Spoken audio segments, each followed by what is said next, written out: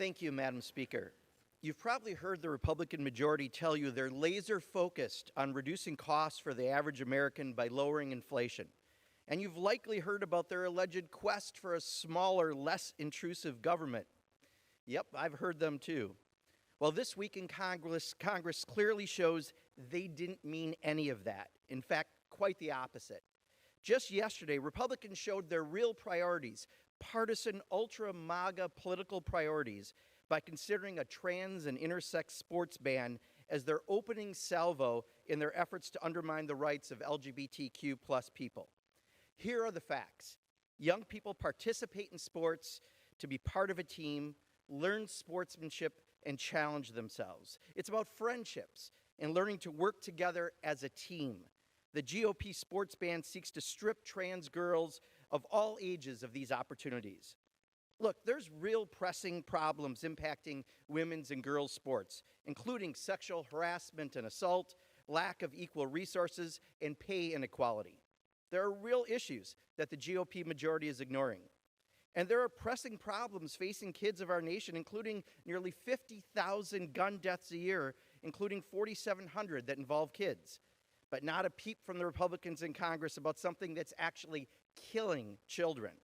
But rather than addressing any of these issues, anti-equality politicians on the Education and Workforce Committee spent their first legislative markup this session targeting the few trans girls and women who participate in school sports.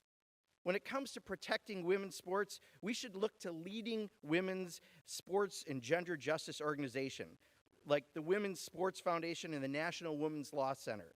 Both organizations, as well as leading women athletes, support transgender inclusion in sports.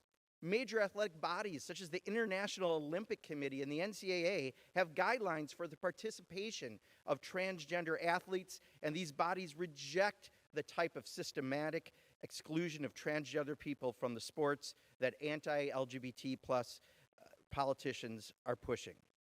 But this isn't about a real problem in this nation.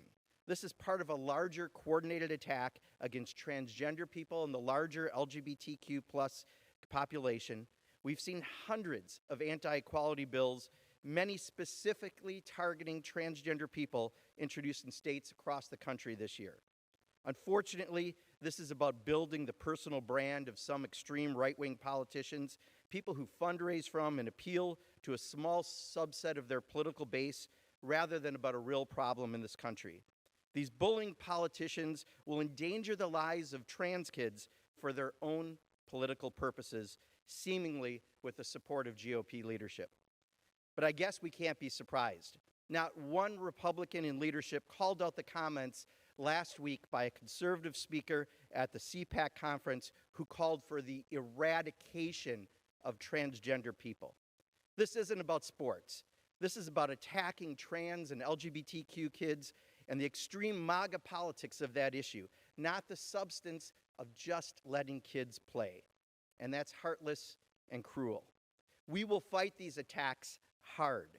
We will call out this dangerous demagoguery, and we will make sure the public sees it for what it is: raw, swampy politics as usual of the worst kind.